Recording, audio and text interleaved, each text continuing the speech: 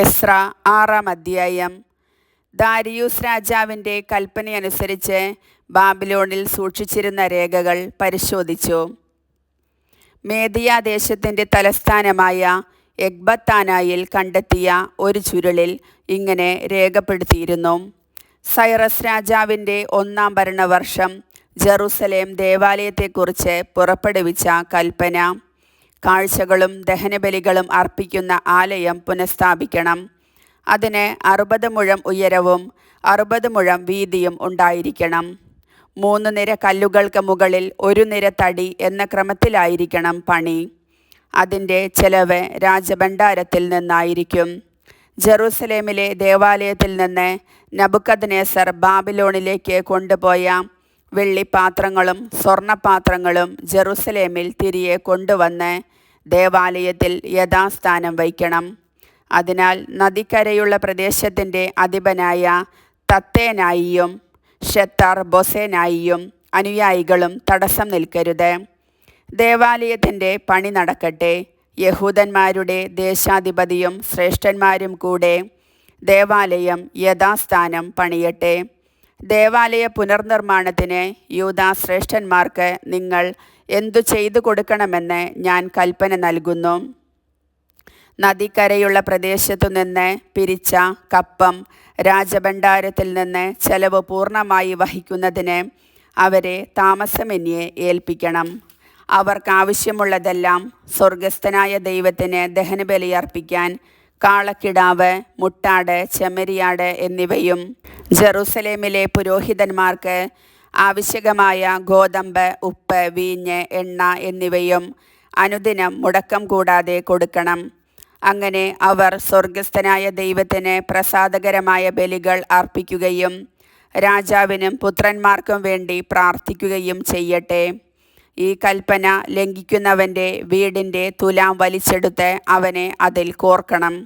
അവൻ്റെ ഭവനം കുപ്പക്കൂന ആക്കുകയും വേണം എന്നു ഞാൻ കൽപ്പിക്കുന്നു.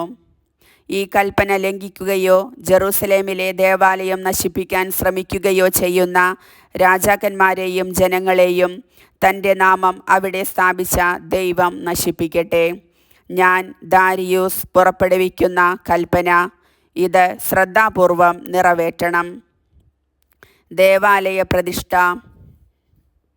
ദാരിയൂസ് രാജാവിൻ്റെ കൽപ്പന നദിക്കരയുള്ള ദേശത്തിൻ്റെ അധിപതികളായ തത്തേനായിയും ഷെത്താർ ബൊസനായിയും അനുചരന്മാരും സുഹൃത്തുക്കളും ശുഷ്കാന്തിയോടെ അനുവർത്തിച്ചു. പ്രവാചകന്മാരായ ഹഗ്ഗായി, ഇദ്ദോയുടെ മകൻ സഗറിയ എന്നിവർ ആഹ്വാനം ചെയ്തതനുസരിച്ച് യൂദാ ശ്രേഷ്ഠന്മാർ പണി ത്വരിതപ്പെടുത്തി. ഇസ്രായേലിൻ്റെ ദൈവത്തിൻ്റെ കൽപ്പനയും പേർഷ്യ രാജാക്കന്മാരായ സൈറസ്, ദാരിയൂസ്, അർത്താക്സർക്സസ് എന്നിവരുടെ ആജ്ഞകളും അനുസരിച്ച് അവർ പണി പൂർത്തിയാക്കി. ദാരിയൂസ് രാജാവിൻ്റെ 6-ാം ഭരണവർഷം ആദാർ മാസം 3-ാം ദിവസം ആലയം പൂർത്തിയായി.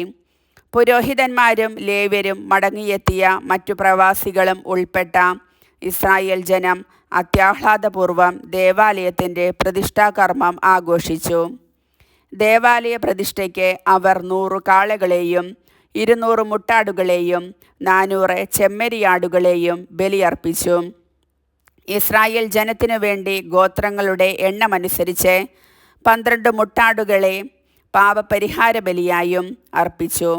മോശയുടെ ഗ്രന്ഥത്തിൽ എഴുതിയിരിക്കുന്നതനുസരിച്ച് ജെറുസലേമിൽ ദൈവശുശ്രൂഷ ചെയ്യാൻ പുരോഹിതന്മാരെ ഗണമനുസരിച്ചും ലേവ്യരെ തവണയനുസരിച്ചും നിയമിച്ചു. പെസഹാചരണം. തിരിച്ചെത്തിയ പ്രവാസികൾ 1-ാം മാസം 14-ാം ദിവസം പെസഹ ആചരിച്ചു.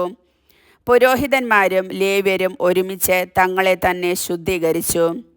ശുദ്ധരായി തീർന്ന അവർ തങ്ങൾക്കും സഹപുരോഹിതന്മാർക്കും പ്രവാസത്തിൽ നിന്ന് മടങ്ങിയെത്തിയ എല്ലാവർക്കും വേണ്ടി പെസഹ കുഞ്ഞാടിനെ കൊന്നു.